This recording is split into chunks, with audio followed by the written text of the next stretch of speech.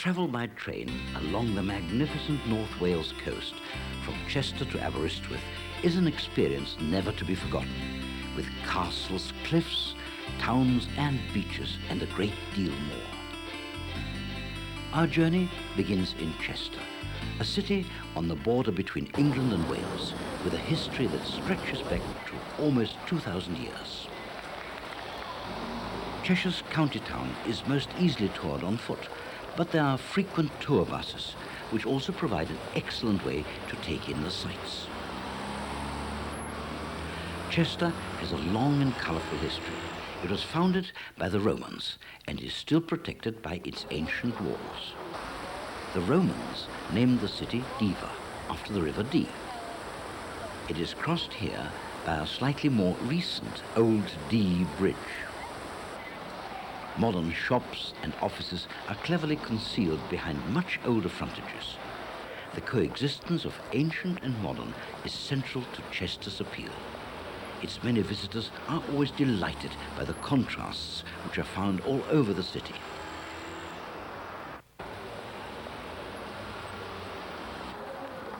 With a brief introduction from the tour bus over, the first stop is the cathedral.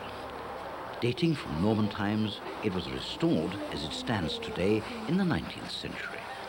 But the square central tower still stands on 14th century pillars, and the north transept dates from about 1140.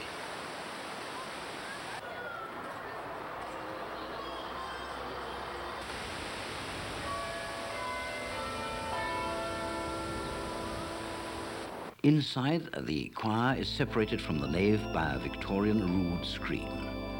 The stained glass, although recent, is magnificent. Particularly impressive is the massive west window.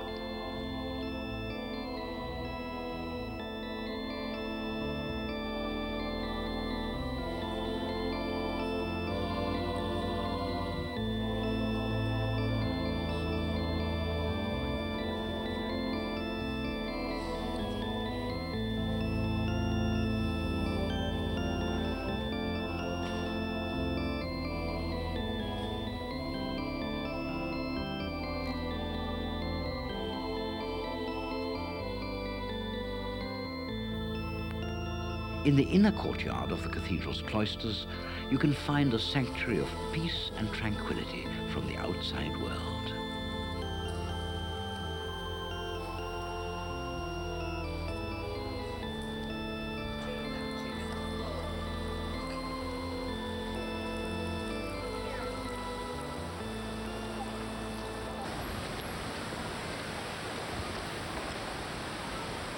The city walls run almost unbroken around the old centre. Though dating from Roman times, much has been rebuilt since, but the walk around the city walls is very popular. Guided tours are also available. My name's Danny Taylor. I work for Chester City Council. I'm a tour guide in Chester. I take people on guided tours around Chester and the Roman ruins. The best of the Roman remains are found next to the walls. The amphitheatre has been restored and visitors can explore the ruins.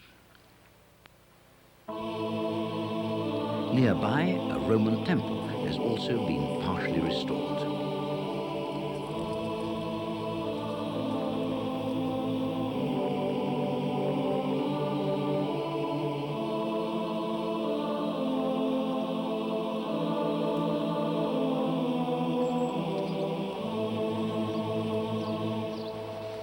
Recently, the Roman street names have been revived and displayed alongside the existing ones.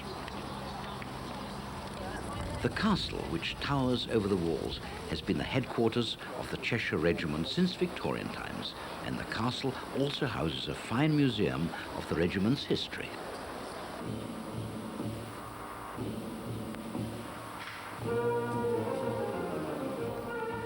Regimental finery, from uniforms and saddles to swords and medals, are all on display.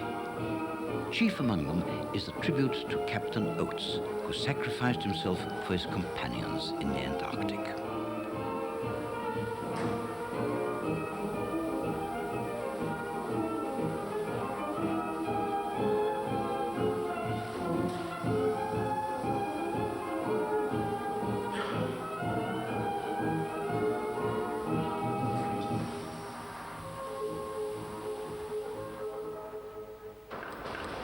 Chester is famous for its buildings.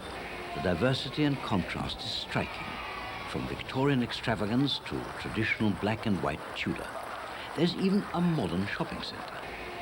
In the middle of the city, there stands a medieval cross, which is the hub from which all the main streets radiate.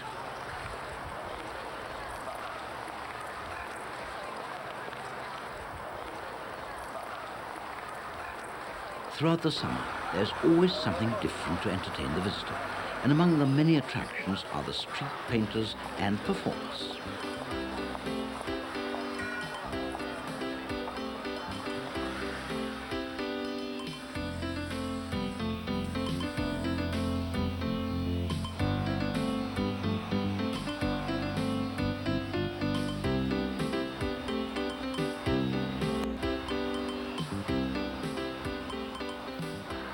A fine race course occupies a flat meadow by the river. Occasional flooding preserved this land from earlier development. When the Romans came, they found that the Dee was both an important and sacred river to the native Celts. Even today, it's not hard to see why. The river is a major attraction. Swans and ducks, boats and dinghies, and even swimmers are all enticed to take to the water.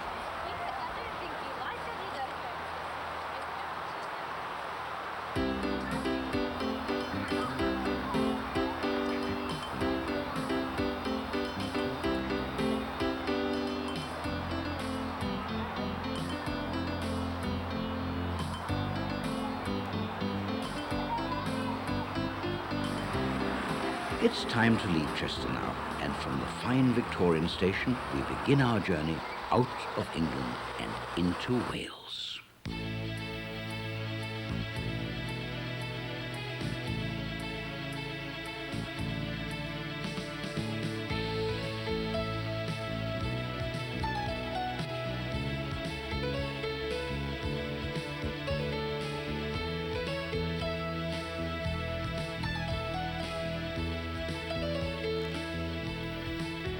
Our first stop is along the North Wales coast in Rhyl, a popular seaside resort with a sun centre that ensures that even if the weather is bad, you can still have a good time.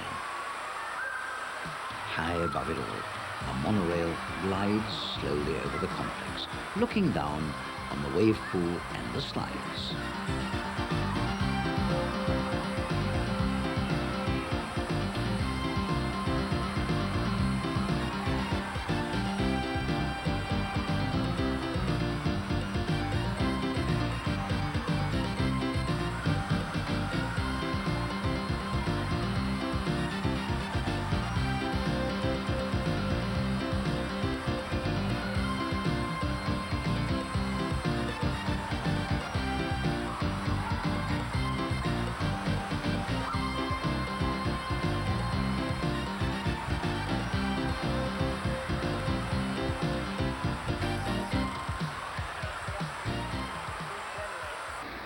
Leaving Rhyl, we cross the River Clwyd, cloaked in early morning mist, and continue along the Welsh coast to the major railway interchange at Llandudno Junction.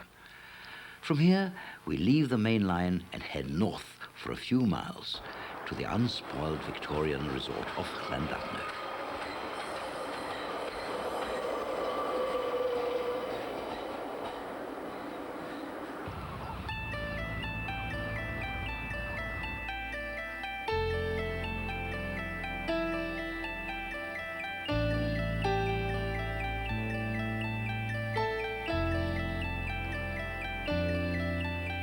Pier, promenade, lifeboat, and the town itself combine to create the perfect seaside atmosphere. To top it all, there is the Great Orme itself, a massive dome of limestone with a unique cable-hauled tramway to take you all the way to the top. Built in 1902, the Great Orme tramway climbs the steep, narrow streets at a maximum speed of 5 miles per hour, with the weight of the descending car helping to pull the other tram up the hill.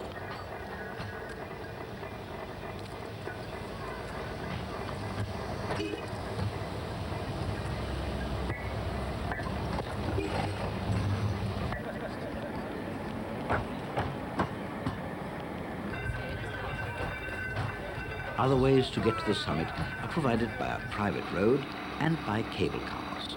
But whichever way you get there, the view of the town and the bay from the 650-foot high rock is something not to be missed.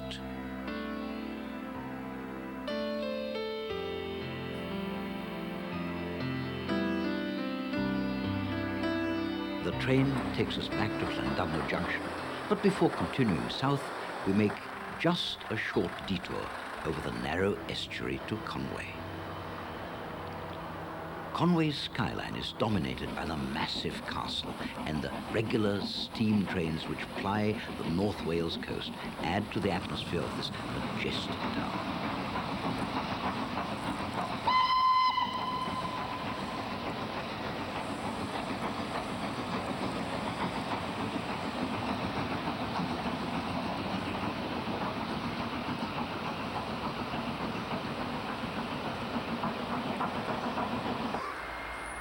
Conway is a place which is steeped in history, and the main street has many fine old buildings. The castle between the River Conway and the little Giffin stream was built by the English King Edward I during the long wars to subdue the Welsh. The town is still totally enclosed by its ancient medieval wall. But it's only possible to negotiate short sections of the wall because later buildings have encroached onto it.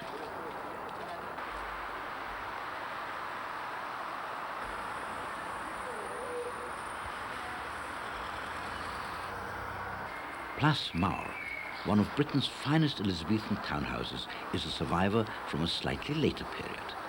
It has recently come under the protection of the National Trust and is now open to visitors.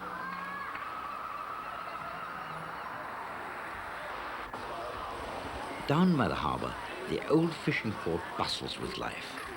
Here on the quayside is a house which claims to be the smallest in Britain. There's also the chance to see traditional Welsh costume. Fishermen still tend their nets on the quayside, but now a number of boats cater for holidaymakers. Whether you want to go fishing or cruise up the river, many different trips are available.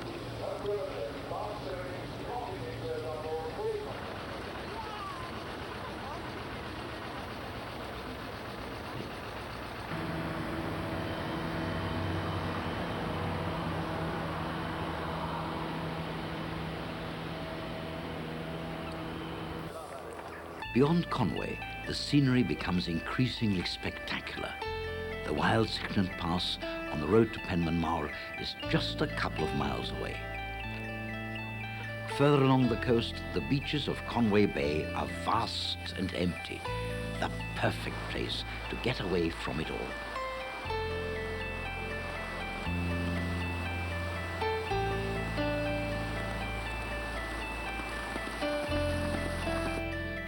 Resuming our journey, we now head south, down the Conway Valley to Tallycavern. This small country station is the stopping point for Bodnan Gardens, said by many to be the most splendid in Wales.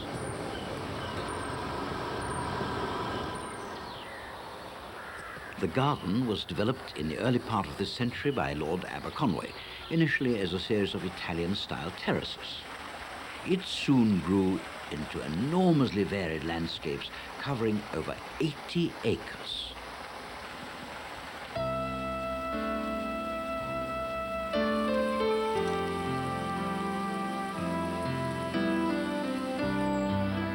The famous Laburnum Arch is one of the centerpieces of the garden.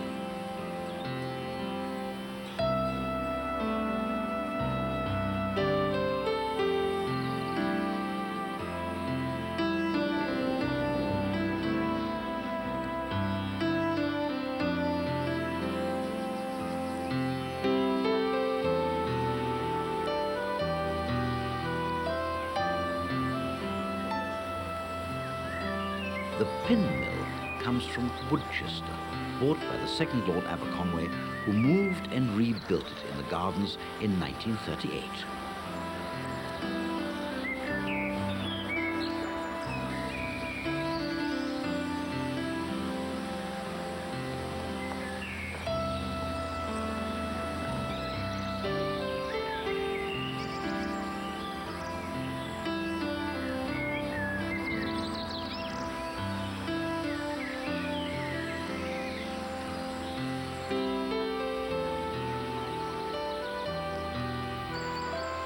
At the bottom of the gardens is the dell, formed by the valley of the river High-Rathlin.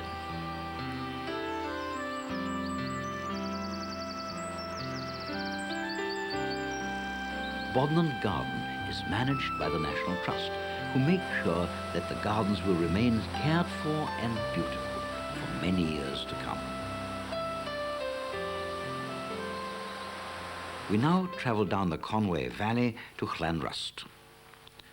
Here the Conway River forms a natural barrier, and alongside the few bridges, typical Welsh valley communities have evolved.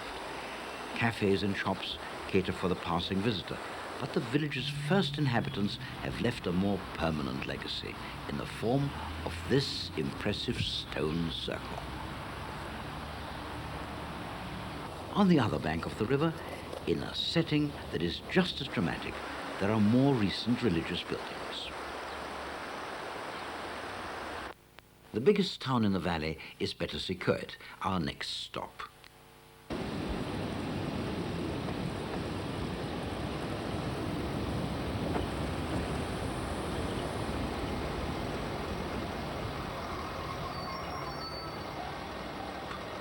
Here, next to the British rail station, is the Conway Valley Railway Museum.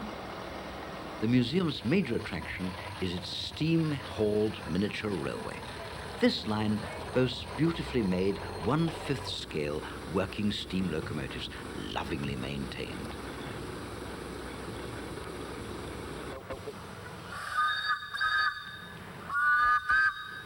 There's also a shop and a buffet car, from where you can relax and watch the trains go by.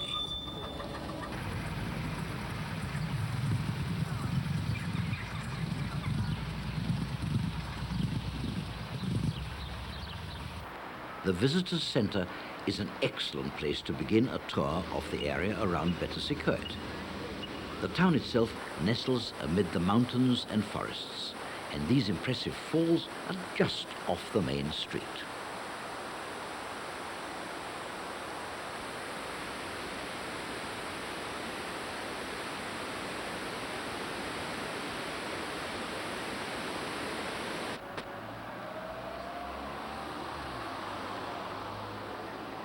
Battersea Coed caters primarily for people who like outdoor holidays, but there are also plenty of cafes and shops, and traditional Welsh crafts are available at the craft centre.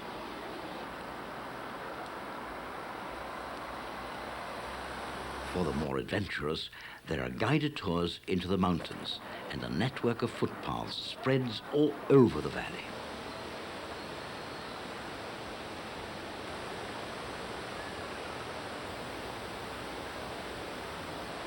Battersea Coed is in the Snowdonia National Park. It's dominated by Snowdon, the highest mountain in England and Wales, an area which has the most dramatic scenery in Wales.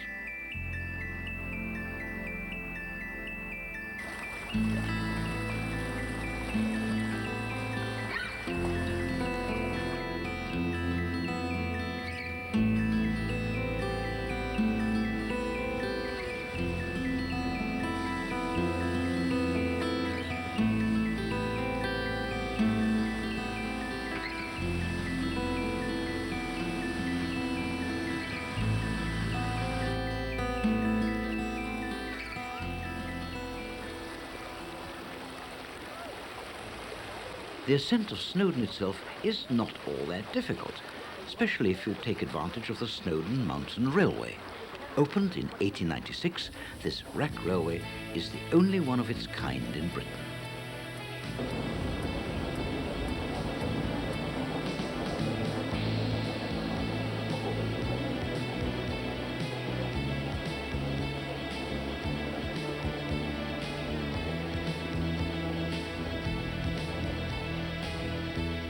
Thousands of people climb to the summit every year, and they're rewarded with views for miles around in all directions. But the real majesty of Snowdon lies in the arms of rock which radiate out in all directions. The next stop on our journey towards the west coast is at Dolwydechlyn. This stretch of the line is not very busy, and the tiny station is quiet for most of the day. The village of Dolwydechlyn consists of slate houses and green fields, guarded by rock and forest, and by the foreboding presence of Dolwydechlyn Castle, the birthplace of Prince Llewellyn. In the village, the old village school has been converted into a cafe and craft centre. Here, Paul and Gail Boyer produce hand-thrown stoneware and fine bone china, and we can watch them at work.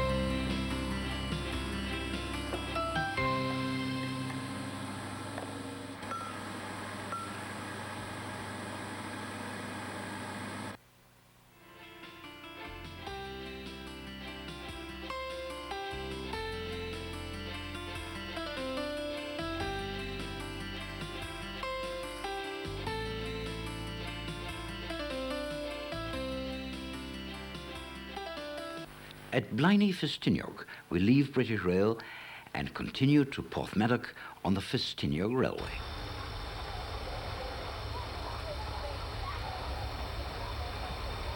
But before travelling down the narrow gauge line, there's time for a look around the town. Blaenau Ffestiniog is dominated by slate, and the barren landscape is an impressive testimony to the industry of bygone days. Then the town was home to thousands of miners who cut the slate by hand from the mountains all around.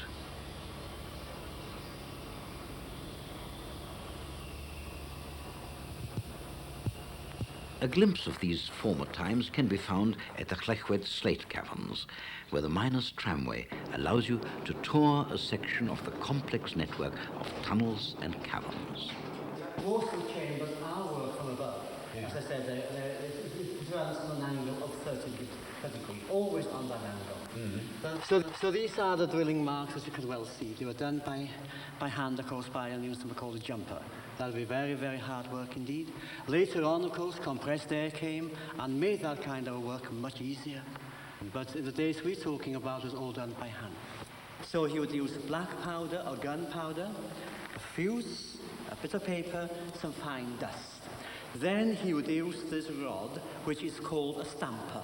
And as you can well see, it is made out of brass. Mm-hmm. He had to stamp everything down tightly into the hole. Mm-hmm. But if he used any other kind of instrument, it would cause a spark. Early Victorian mining conditions have been recreated in these caverns.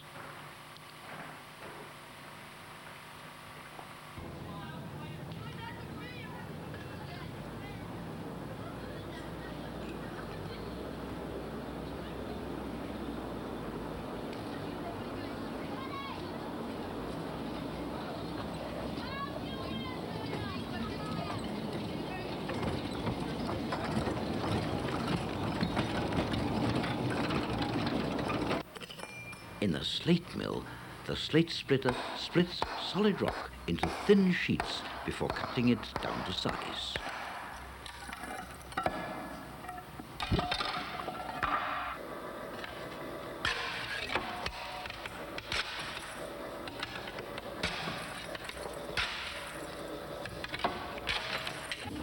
A trip down the deep mine is also possible, with a special inclined railway taking passengers 400 feet below the surface.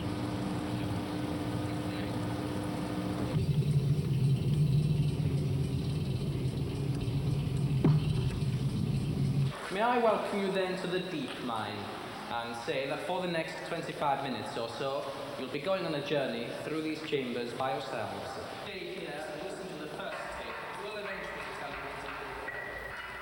Back on the surface and high above the town, the scenery is as beautiful as ever.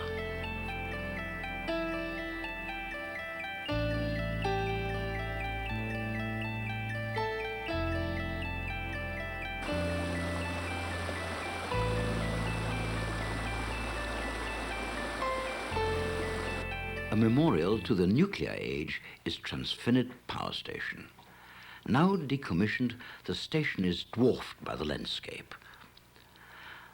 The water of Rinstullen provides the power for the hydroelectric pump power station at Tanigrisjau. The station was opened in 1963 and has a centre for visitors. The Festinjog Railway runs past the power station.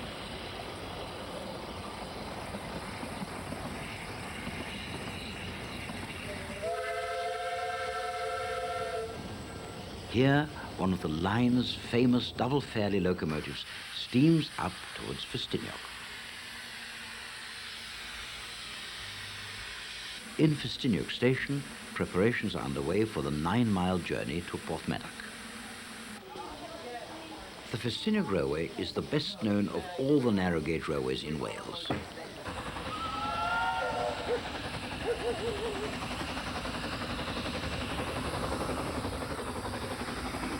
It was built in 1835 to take slate from the quarries down to the coast.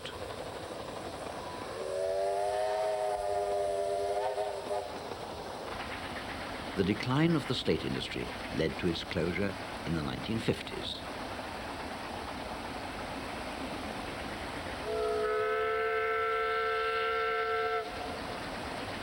It has since been resurrected and reopened to serve the region's new industry, tourism.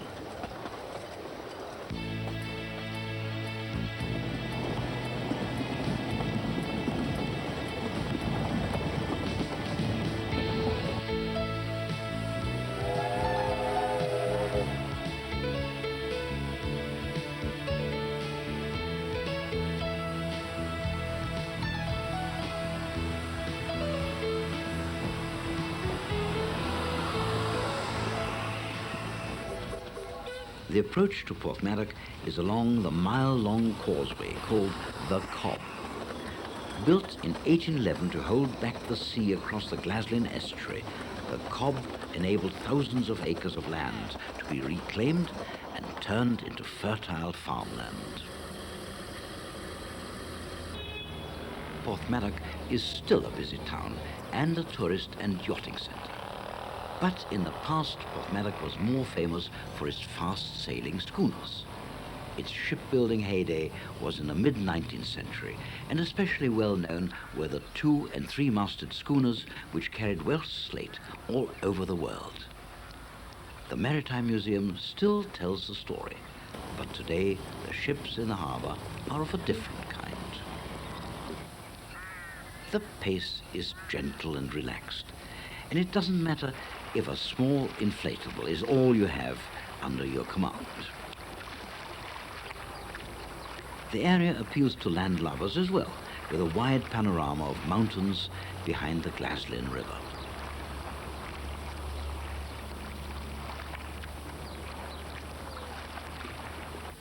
From here, it's worth making a detour to Crickeith on the Llain Peninsula. The town is only a short train ride away.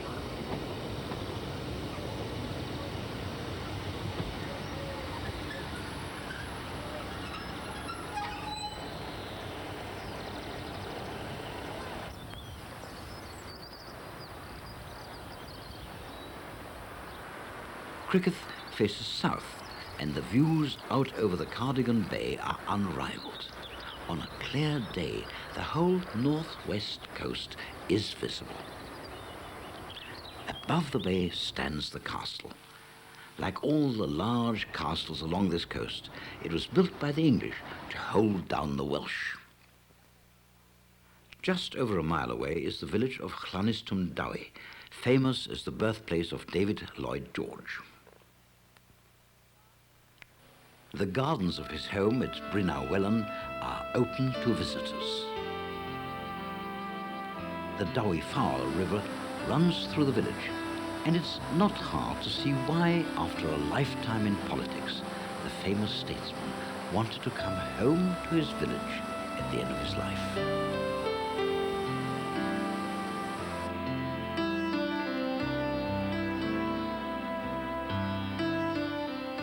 We now return to the Festiniog Railway for a short trip to Minford and nearby Port Merion.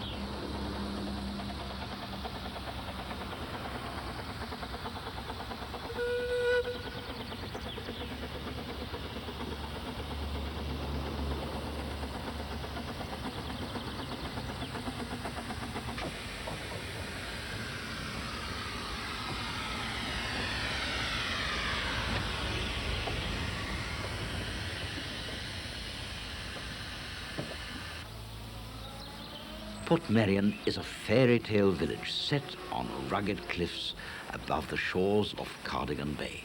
This unique architectural creation, surrounded by hanging woods and subtropical gardens, was created by the architect Sir Clough Williams Ellis between 1925 and 1975.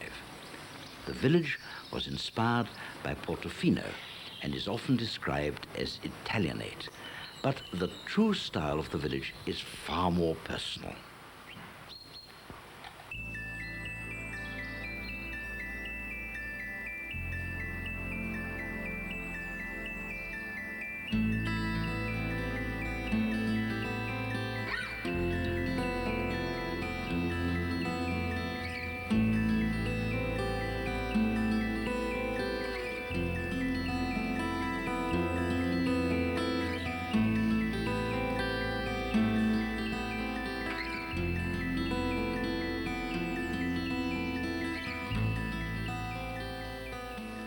It is a haven for buildings that were in danger of perishing elsewhere. They were taken down, moved and re-erected at Port Merion, and other bits and pieces were used if they fitted in. Clough Williams Ellis wanted to show that one could develop even a very beautiful site without defiling it, and to awaken in people an interest in architecture, landscape and design. Anyone who visits Port Merion will agree that he has succeeded.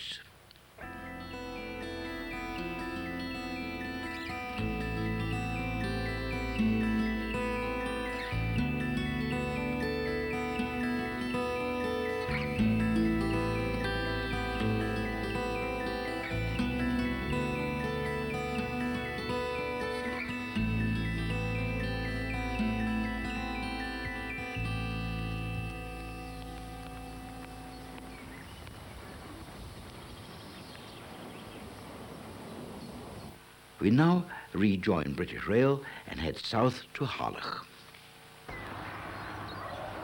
Here the wide expanse of beach is backed by rolling sand dunes and rich farmland.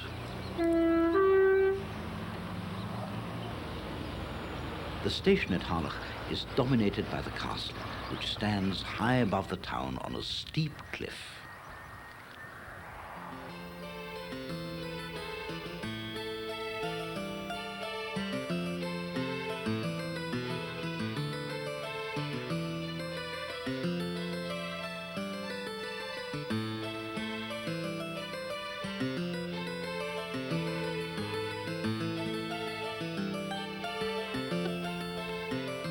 The building of Harlech Castle was started by Edward I in 1283 as another link in the defensive chain to retain control of his newly won lands.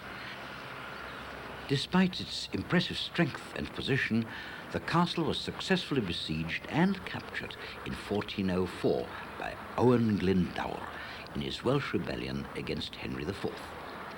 But today it is in the safe hands of Welsh heritage.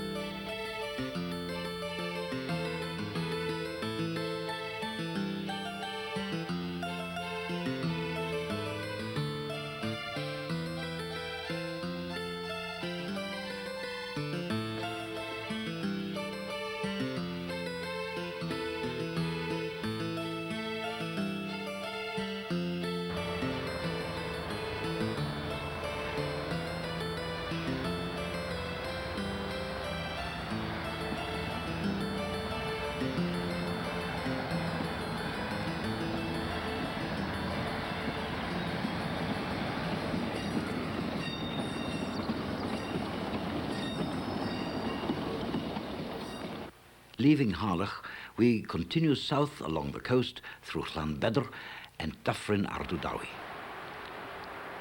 Overlooking a magnificent sweep of beach, the tiny village of Llanbedr remains largely untouched by modern times. Evidence of the area's earliest inhabitants can still be found along this coast.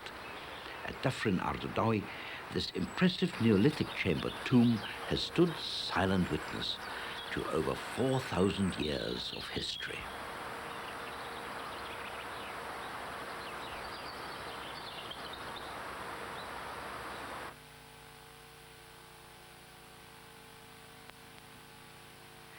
It's well worth making the time for a short detour up the River Moudach to Coedibrennen, where the easiest way to see the forest is by bike. At the moment, there's 4 different routes marked out in the forest, ranging from, I think, an hour for the shortest up to about 3 hours. We supply helmets, safety helmets with the bikes and a toolkit as well. And in the visitor centre itself, there's a tea room and there's a craft shop, yeah. There's a sign unit. There's plenty of things for people to do. There's an adventure playground for the kids as well, that are too young to go on the bikes. So it's quite a good centre, really. And plenty to see. There's old gold mines, Yeah, waterfalls. Waterfalls, and rivers to go swimming in. So. Yeah.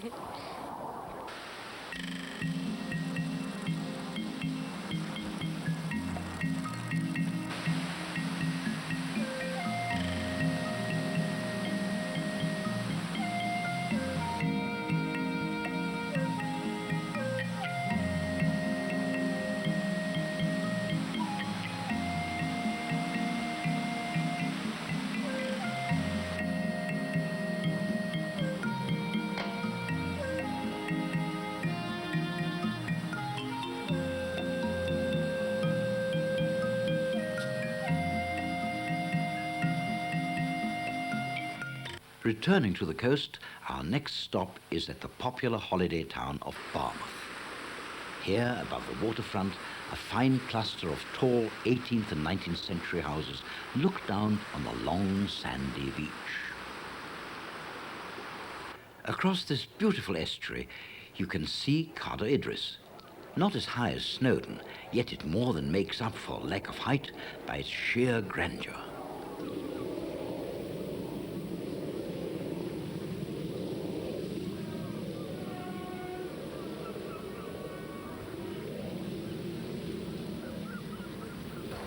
From Barmouth's busy harbour, another break from British Rail.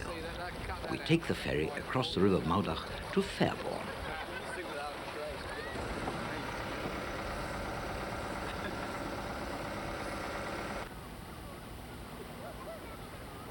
Once on the other side of the river, there is time for a ride on the Fairbourne Light Railway.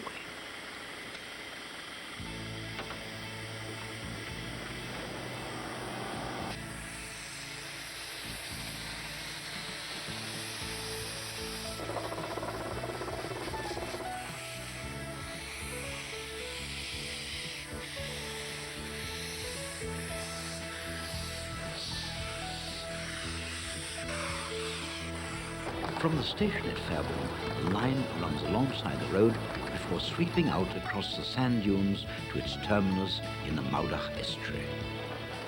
To celebrate its centenary, this railway designed and built its own locomotive. We had this dream of building the ultimate locomotive, one which wouldn't break down, one which would keep on running and would be economical and easy to maintain.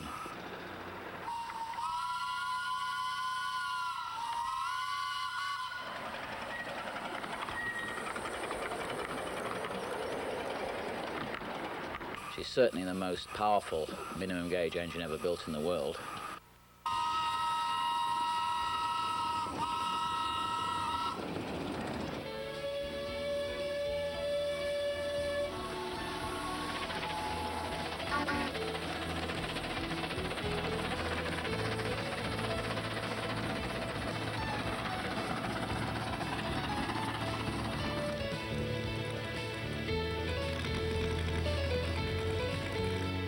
Rejoining British Rail, the line now runs through tiny villages perched high above the cliffs.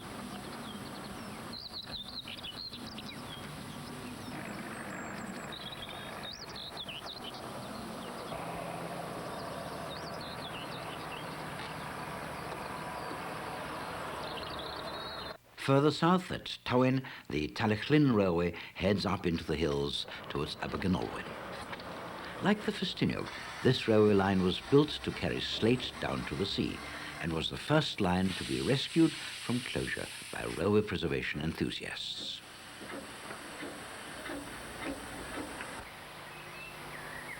The scenery here is breathtaking as the railway winds its way up the valley to the tiny station of Abergynolwyn.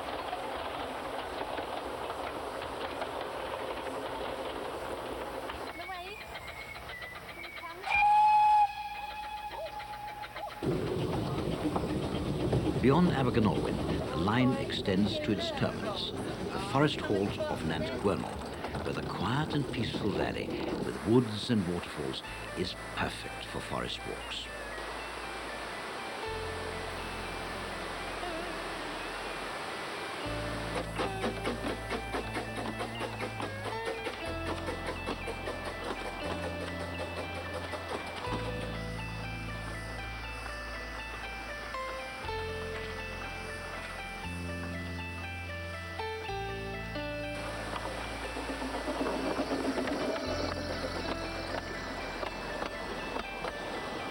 From the Talyllyn Railway, the BR Sprinter sets off again, leaving the resorts of Tywyn behind.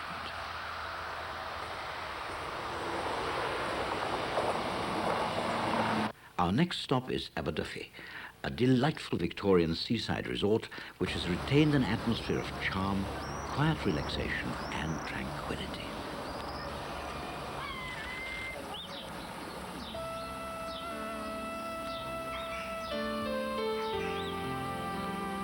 Cottages nestle above the sea, boats bob gently at their moorings, and even the gulls seem contented.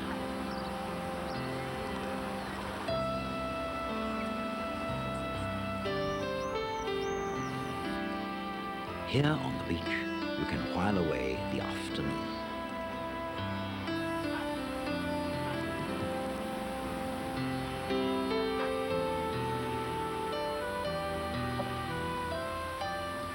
Turning inland, we soon arrive in Machynlleth, an old market town serving the needs of a wide area.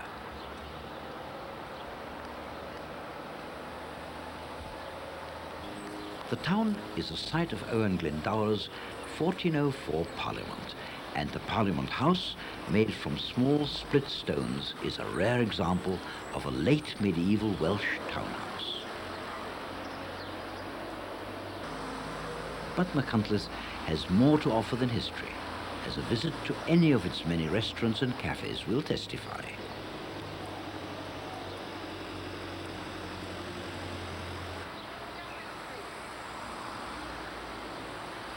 Not far away is the Centre for Alternative Technology, where a unique water-powered cliff railway will take you to a wooded landscape full of fascinating displays.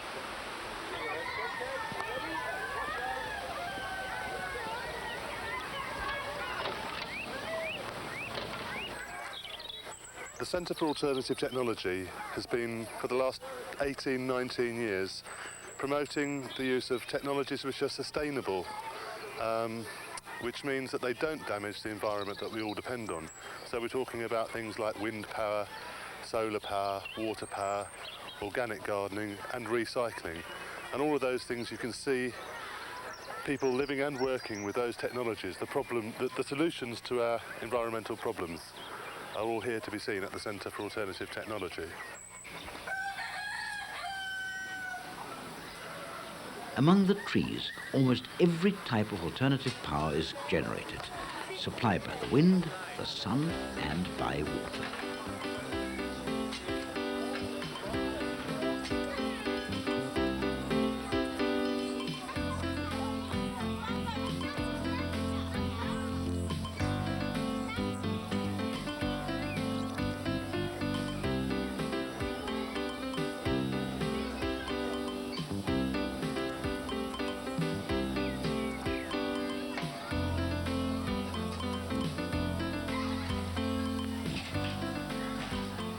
There's even a do-it-yourself wave generator, where your own efforts are rewarded by an electric light.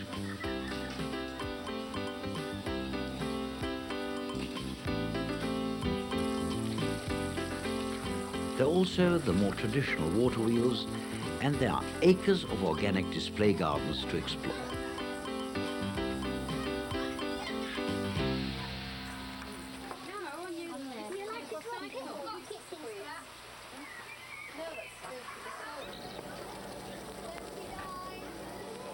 Animals also thrive here, protected from the intensive farming they would receive outside.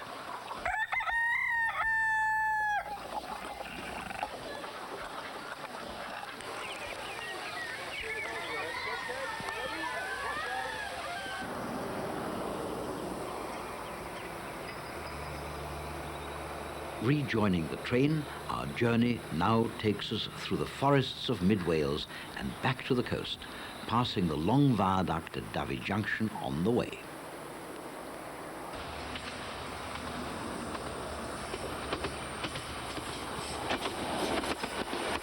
Almost at the end of our journey, there is an impressive water wheel at Dyfi Furnace.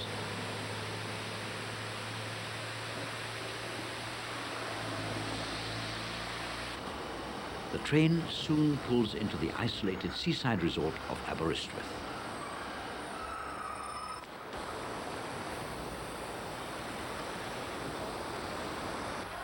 An electric cliff railway climbs high above the town to Constitution Hill.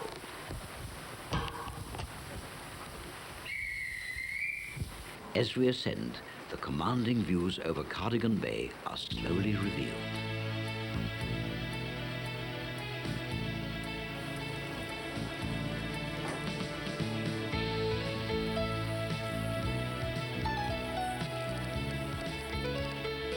The town lies between two headlands and has an air of permanence and stability with its royal pier and fine old buildings. Aberystwyth is also the starting point of the Vale of Rheidol Railway.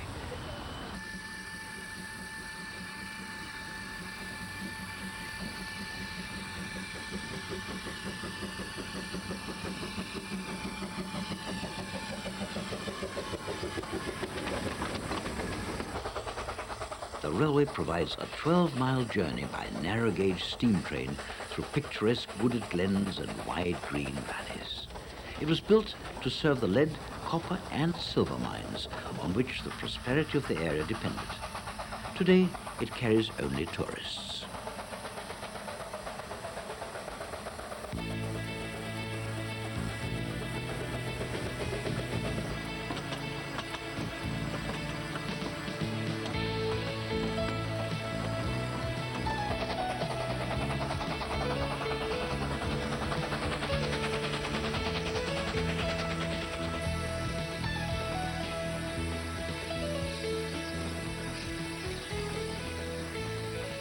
As the train pulls out of Aberystwyth, let's reflect on what has passed. A journey which has left us with an unforgettable image of this beautiful part of Britain.